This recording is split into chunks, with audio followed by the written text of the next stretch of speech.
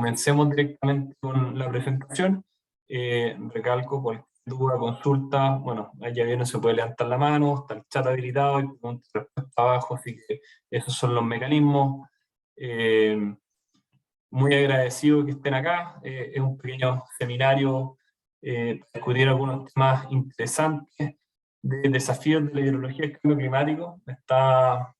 Me causó una sensación el darme cuenta que justo hace 366 días hice una presentación en la OEI parecida a esta, no exactamente igual, pero muy parecida.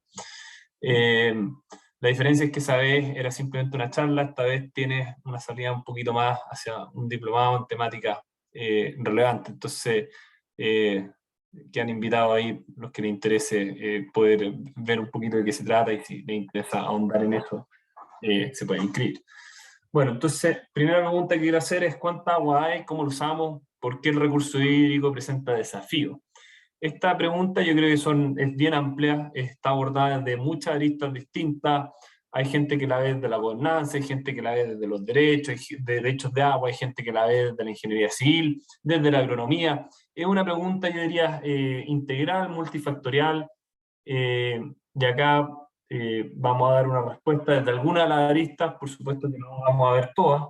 Algunos factores que hacen un desafío el tema de los recursos hídricos es que cuando uno ve la disponibilidad de esto, varía mucho entre zonas geográficas. Es algo que no es ninguna novedad, porque en Chile uno puede ver que el norte de Chile tiene una disponibilidad de recursos hídricos que es muy inferior a lo que tiene el sur, y lo mismo ocurre en varios lados del mundo. Hay grandes diferencias en la disponibilidad hídrica en distintas zonas. Recalcar un par de puntos.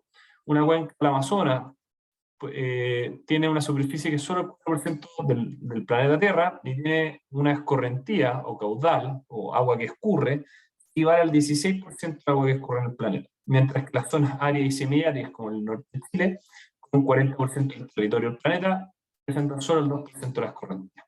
Entonces, esta extrema variabilidad en términos espaciales y temporales son buena parte de los desafíos, además de desafíos institucionales, desafíos administrativos, entre otras cosas. ¿Ya?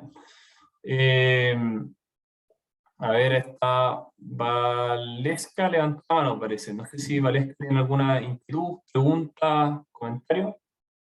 Por favor, por el chat.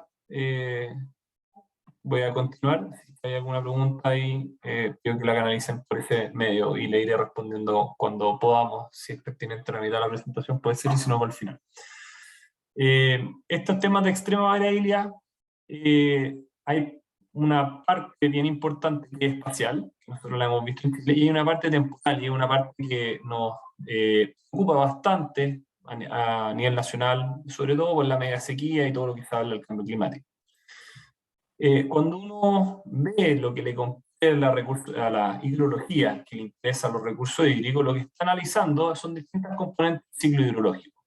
El ciclo hidrológico son estos esquemas en que uno analiza cuánto evapora, precipita, escurre, hay diversos consumos y procesos naturales de por medio, procesos antrópicos, entre otros. Uno de los temas que es relevante y por qué muestro este ciclo hidrológico en particular es que Oki y Kanae mencionan que a pesar de que hace 15 años ya menos del 10% de los recursos hídricos renovables eran usados por el ser humano, se hacían la pregunta ¿por qué hay escasez? Debido a que no hay un uso tan alto con respecto a la disponibilidad. Y como vimos, gran parte del problema es esta variabilidad espacial y temporal. Y algo que podemos ver en Chile también. O sea, vemos, por ejemplo, en Chile disponibilidad de recursos hídricos, si uno analiza agua per cápita, no hay escasez realmente. El problema es que donde está el agua no están las personas, y muchas veces en los tiempos que escurren el agua no son en los tiempos que queremos usarla. Entonces ahí es donde se producen varios problemas. Acá hay un esquema, ellos analizan dos aspectos relevantes. Por un lado está el tema de la oferta hídrica, y esto va asociado a la escorrentía, y claramente está esta variabilidad especial. Y acá hay un tema de la demanda, que aparece, lo miden ellos con Water Scarcity Index, y un tema que es bien interesante es que este Water Scarcity Index no solo tiene el concepto de disponibilidad de agua, sino que aparece un concepto de cuánto consumimos. Y la escasez se produce realmente cuando consumimos por sobre lo que hay. Y eso en general se produce en zonas de baja oferta. También hay zonas como las de India, en que tienen, en teoría, buena disponibilidad de recursos hídricos, pero debido a la alta población que tiene y los grandes consumos que tienen, igual generan estrés hídrico en la zona. Entonces, ahí hay componentes que empiezan a aparecer.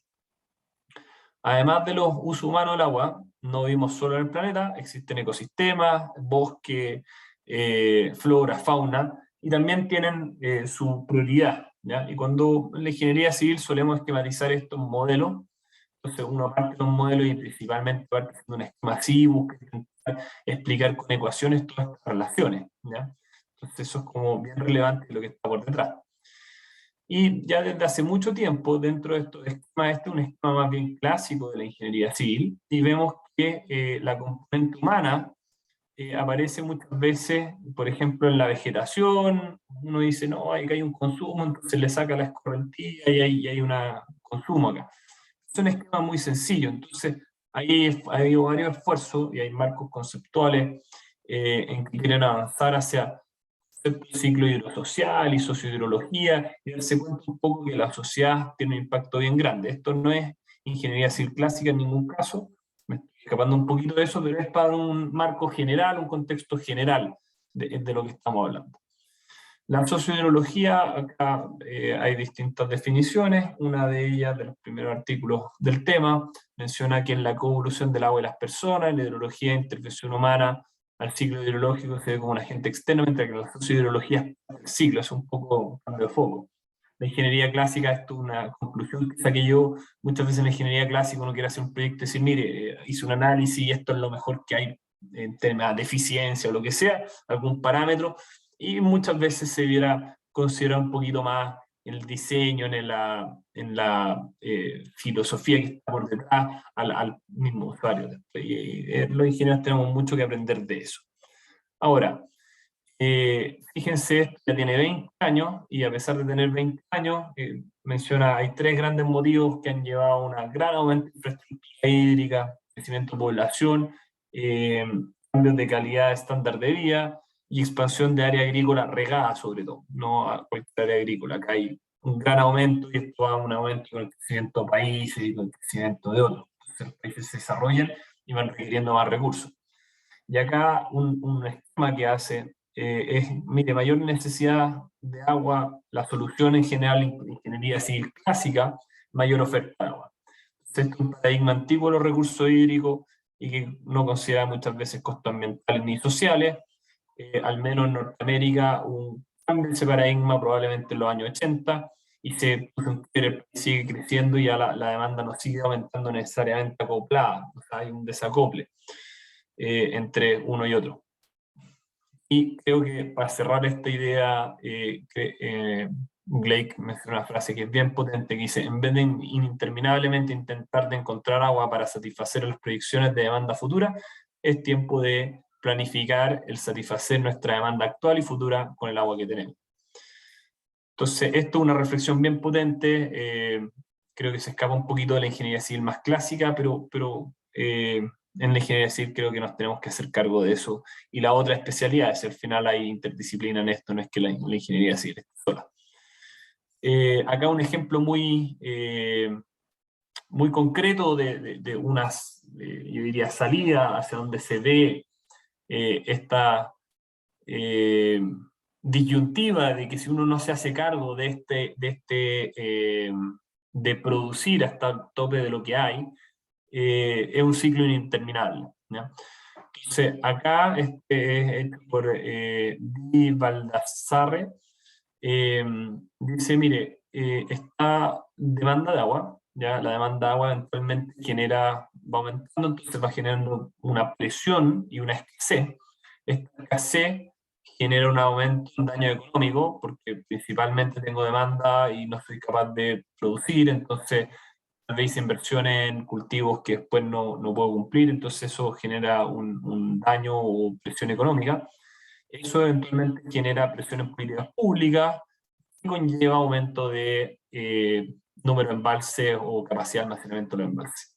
Y esto, mayor infraestructura hídrica, conlleva a su vez una mejora en la disponibilidad de recursos hídricos, ¿ya?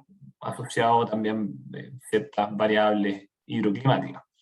Y esto disminuye el estrés, ¿ya? Y así es como el ciclo en general, como lo ve la mayoría de las personas, y en general así es como uno suele entender esto. El problema es el siguiente. Hay un segundo efecto, un efecto no deseado acá de los embalses, el empeoramiento por sequía. Entonces, ¿qué es lo que ocurre? Esta mayor disponibilidad conlleva un incentivo a aumentar la demanda. Y este aumento de la demanda genera nuevamente escasez y este ciclo se fortalece. Entonces es como un ciclo interminable en el fondo. Y esta mayor demanda también genera una dependencia de la infraestructura y eventualmente puede aumentar el riesgo de falla y falla catastrófica. Un ejemplo, un artículo que leí de un caso chileno en el cual se veía un poquito esto. En ciertos lugares donde han habido embalses, específicamente el ejemplo que me tocó leer era el del Limarí, pero puede ocurrir en cualquier caso, probablemente es válido. Esa mayor seguridad hídrica conlleva pasar de cultivos tal vez anuales y más flexibles a inversiones tal vez de largo plazo, de 10, 20 años, en las cuales uno planta ciertos frutales y calcula los costos económicos asumiendo que voy a tener disponibilidad hídrica los próximos 10 o 20 años. Y uno pasa a un sistema que principalmente si es que no hay agua, reduzco mi consumo, a un sistema en el cual dependo del agua sí o sí año a año, ¿ya? Entonces, eso, y acá todavía no estoy hablando de cambio climático, ni variabilidades climáticas, sí, o sea, algo de variabilidad hay, pero no estamos entrando en una variabilidad como la mega sequía. Entonces, en este esquema se ve que existe una paradoja, digamos, en que más infraestructura no siempre es la solución. Y es un tema que a los ingenieros civiles nos cuesta entender, me incluyo dentro de ese grupo, ¿ya? Entonces, incluso si logramos cambiar el paradigma, ¿qué se espera para el futuro? ¿Qué consecuencias tendrá el cambio climático? Entonces, si pongo esta inquietud, porque en esta introducción que hago, estos son como los típicos paradigmas que se han discutido tal vez los últimos 20 años. El cambio climático también se ha discutido mucho, y se discute mucho alrededor del mundo, pero en Chile las tenemos todas en ese sentido, porque estamos en situaciones de sequía muy, muy adversas, además de tener este tipo de situaciones. Eh, el cambio climático se produce principalmente por un cambio del periodo preindustrial a esta situación que vemos ahora. Entonces, hemos pasado a un escenario de arriba acá abajo, y independiente de que debido a la pandemia han disminuido los viajes, de hecho estamos en un seminario a nivel online y no presencial, en que todos habríamos tenido que viajar a algún lado, eh, sigue habiendo un aumento de las emisiones, entonces conlleva a un aumento en la concentración de gases de efecto invernadero sin precedentes. De hecho, las concentraciones que se han visto o que se proyectan no se habían visto en 800.000 años, para que se hagan una idea. Entonces la gente dice, pero si esto es cíclico. Sí, hay partes cíclicas, pero la última vez que se vio este nivel de gas de efecto invernadero, 800.000 años. Entonces probablemente vamos a poder presenciar clima que no se veían en ese orden de magnitud en la Tierra, ¿ya? Y esto, por supuesto, conlleva aumento de temperatura, que lo hemos visto, y cuando uno analiza esta temperatura tiene varias componentes y una de ellas, evidentemente, esta componente antrópica. La consecuencia de esto son aumentos de temperatura, van a depender mucho del nivel de mitigación, podemos mantenernos en tal vez un par de grados o incluso llegar a 5 o más grados de aumento de temperatura, y precipitación es un poco más difícil de entender, de hecho a nivel científico no se tiene tanta certeza de hacia dónde irán los cambios, de los pocos lugares donde algo de certeza hay, de hecho en Chile, en que van a disminuir las precipitaciones. Y vemos entonces que hay zonas donde va a llover menos y otras zonas donde va a llover más, ¿ya? Pero en términos prácticos, en Chile va a llover menos. Entonces, uno de los desafíos entonces es independiente de que uno use un paradigma antiguo o el paradigma nuevo, es cómo hacemos hidrología y llámese hidrología, el estudio de este recurso hídrico y del ciclo del agua en un escenario estacionario. El típico supuesto de la hidrología es que es estacionaria, quiere decir que yo pesco esta serie y pesco un año de este periodo, este otro periodo, y la probabilidad de que llueva, no sé, sobre 500 es la misma en cualquier año, ¿ya? Y eso claramente no es del todo cierto. Entonces, cómo trabajamos en hidrología no estacionaria es un gran desafío, y un desafío que no está resuelto lamentablemente todavía, un desafío que todavía se está desarrollando a nivel de investigación, y también creo que no nos podemos quedar atrás en lo que son los seminarios, charlas, cursos, y por eso en lo personal he intentado de traspasar este conocimiento desde la investigación hacia diversos cursos y charlas y otros, ¿ya? Este ejemplo acá, entonces, uno puede ajustar una distribución y explicar cómo se comportan las variables climáticas y hacer cierto análisis. El gran desafío es qué pasa cuando queremos dejar de tener este supuesto, ¿ya? Entonces empezamos a tener sequía o queremos analizar el cambio climático, ¿cómo lo hacemos? Hay algunas propuestas en la literatura de cómo analizar estos casos no estacionarios. Entonces, por ejemplo, para periodo de retorno, acá hay un ejemplo nomás. Hay varias propuestas y de hecho recuerdo haber leído en su minuto alguien que hacía un análisis comparativo entre propuestas y decía, pucha, cuál es mejor o qué ventaja y desventaja tiene una de otra, es bien interesante. Pero una de las propuestas es decir, mire, ¿sabe qué más? Esta distribución que explicaba un evento extremo, por ejemplo, va cambiando en el tiempo. Entonces, cuando uno analiza el periodo de retorno, uno dice, bueno, puede asumir, por ejemplo, cuál es la probabilidad de falla en un periodo de tiempo. Entonces, si diseñamos X periodo de retorno y teníamos X, no sé, queríamos diseñar para 20 años y en 20 años íbamos a tener voy a inventar, 50% de probabilidad de falla, entonces podemos mantener ese 50% de probabilidad de falla en 20 años. Hay supuestos de ese estilo y con eso uno puede entonces seguir haciendo hidrología a pesar de que está entendiendo que es no estacionario. Lamentablemente no está resuelto todavía y no hay manuales, no hay un libro que tenga todas las soluciones, pero son temas bien interesantes y bien atingentes a la realidad nacional, ¿ya? Un poco más antiguo también, propuestas, sale el libro Marco Estratégico para la Adaptación a la Infraestructura al Cambio Climático, algo así, desarrollado por el Centro de Cambio Global. Me tocó afortunadamente trabajar en un capítulo de ese libro. Este es un esquema general de una propuesta de cómo incluir el cambio climático en análisis costo-beneficio a nivel de embalses de riego, pero hay varias propuestas más. Entonces la propuesta acá era, mire, primero la información de cambio climático, estos modelos, escálela, y acá de hecho es como si escálela nomás un poquito, y la verdad es que hay áreas de investigación y proyectos de investigación solo para entender un poquito mejor estos procesos de escalamiento y estos mismos modelos. O sea, hay mucha investigación en cada uno de estos pasos, no es que esté resuelto, hay varias propuestas. Bueno, ahí uno obtiene información climática a nivel local, pasa por un modelo hidrológico, obtiene información hidrológica a nivel local y puede analizar la operación del embalse y hacer algún tipo de análisis, ¿ya? En lo personal, yo he trabajado harto, yo diría, en esta mitad de acá, ¿ya? Entonces, en términos generales, creo que en investigación en la UEI estamos intentando avanzar en mejor procesos de la sequía, desarrollar metodologías de hidrología no estacionaria, y por último intentar entender cuándo el cambio climático genera cambios significativos.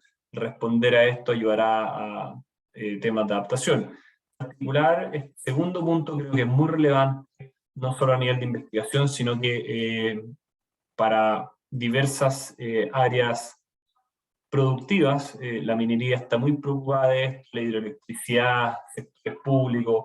Me ha tocado varias veces recibir consultas en consultoría, licitaciones, reuniones, otros sobre estos temas.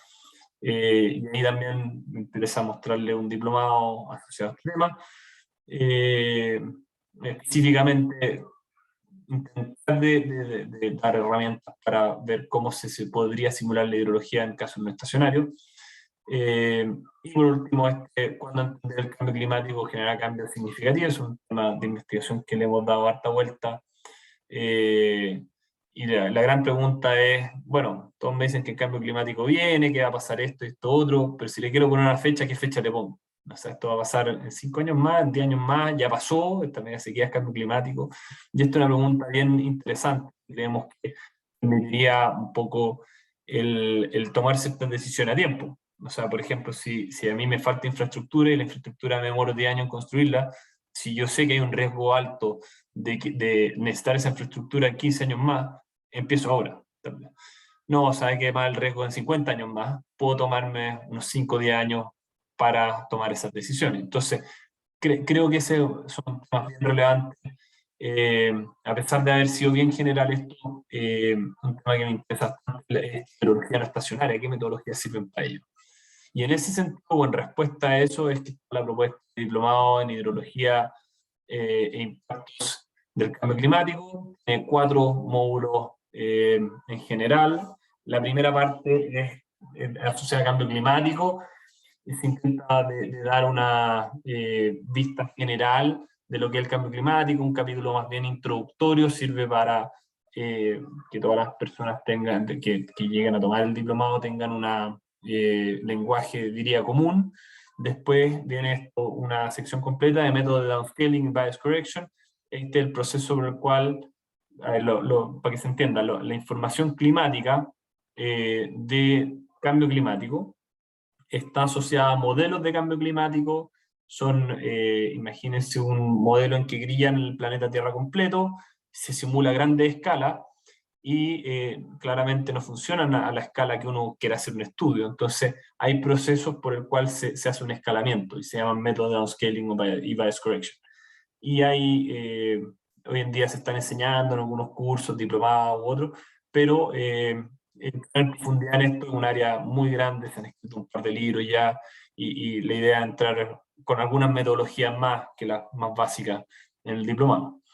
Después viene la hidrología estocástica, tal vez en escenario estacionario, esto es como tal vez lo clásico, como se hacía hidrología con modelos estadísticos desde ya varias décadas atrás. Ahora sí, creemos que es necesario y que esto se le puede dar una salida hacia hidrología en escenario cambiante. Entonces, con estas mismas herramientas uno puede hacerle ciertos cambios que permite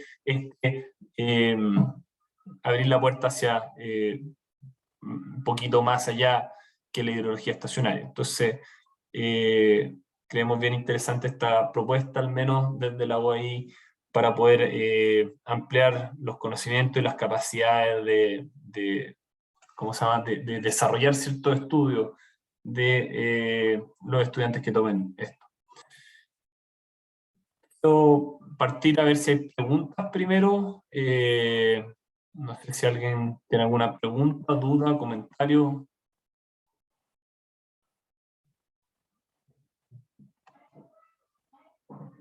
De no haber más preguntas, tengo un par de diapositivas más para ahondar en algunos temas que un poco rápido. Quise abocarme a no abusar de su tiempo, pero quiero ver primero si hay alguna inquietud, consulta.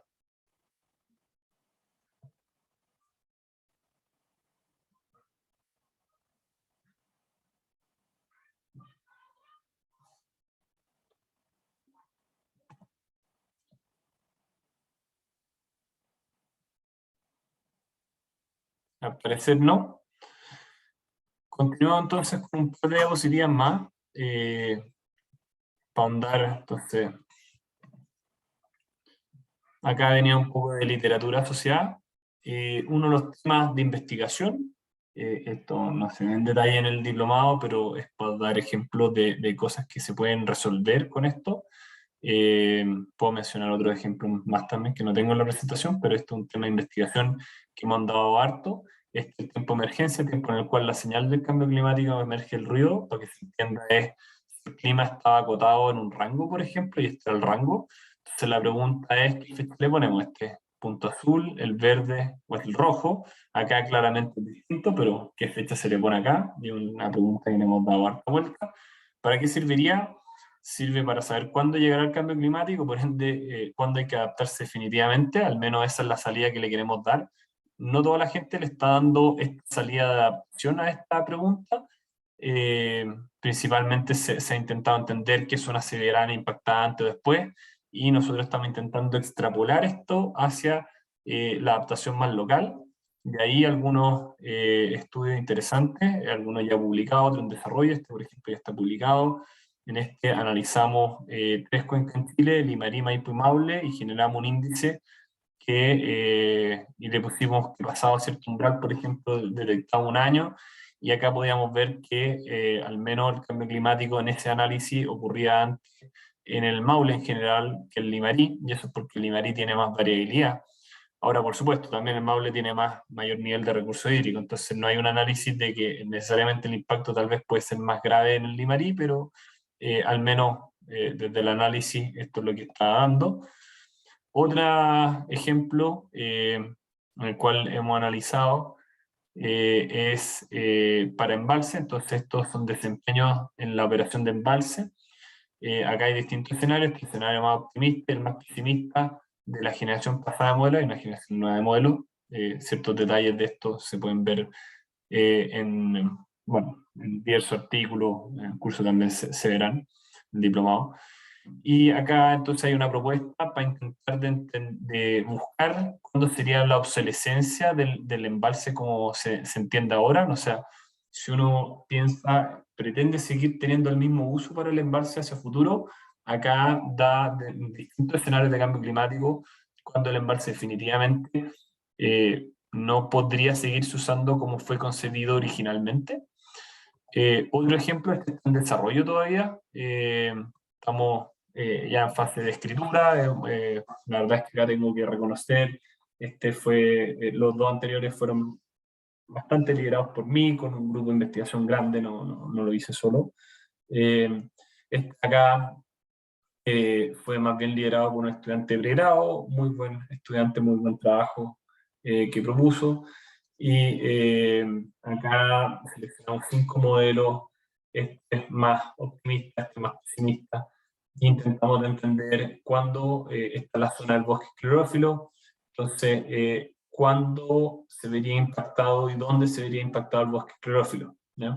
Y esto permitiría entender, por ejemplo, dónde se puede priorizar zonas de bosque, tal vez si uno quisiera, por ejemplo, buscar una zona idónea para reforestar o para tomar ciertas decisiones sobre el bosque, esto daría información útil, ¿ya? Eso respecto al análisis del tiempo de emergencia, esto es lo que se ha desarrollado a nivel de investigación. No sé si hay alguna consulta o duda, por favor la hacen por el chat. Y por último, mencionar un poquito más en detalle el diplomado en hidrología e impactos del cambio climático que les mencioné. En este cambio climático, este primer capítulo del curso, este módulo presenta base científica de cambio climático con la intención de conocer estrategias para comprender modelos de escenario existentes y comprender los impactos el cambio climático, gases de efecto invernadero, qué diferencia tiene la megasequía con el cambio climático y qué cosas tienen en común, impacto en ecosistemas, no sé, una visión más bien general. Después viene una segunda parte que es método de downscaling y bias correction. Acá simplemente hay como una parte introductoria, yo diría, y después una parte de distintos métodos de corrección de sesgo y algo de interpolación espacial. Hidrología estocástica. Después, en esta sección se examinan diversas metodologías que son útiles en la simulación de hidrología bajo supuesto de estacionalidad. Entonces, análisis de tiempo, modelos autorregresivos y harto de eso. Y hay otros más como modelos análogos o de aceleración, cadena de Markov son útiles. Y después, cómo ciertas herramientas sirven con cambio climático. Entonces, cómo podríamos tener tal vez una tendencia, un GCM son los modelos de cambio climático, cómo aplicar un modelo autorregresivo tal vez con un GCM, otras variantes de esto. Este método es bien potente para lo que es caudales. Y por ejemplo, acá terminamos con una discusión sobre periodo de retorno nuestro escenario, que es algo que presenté someramente acá. Eso es lo que tenía preparado. Muchas gracias por su tiempo, por estar acá.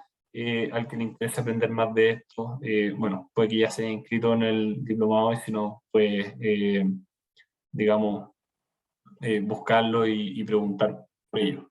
No sé si hay espacio para preguntas, comentarios. Feliz de recibir alguna pregunta o comentario.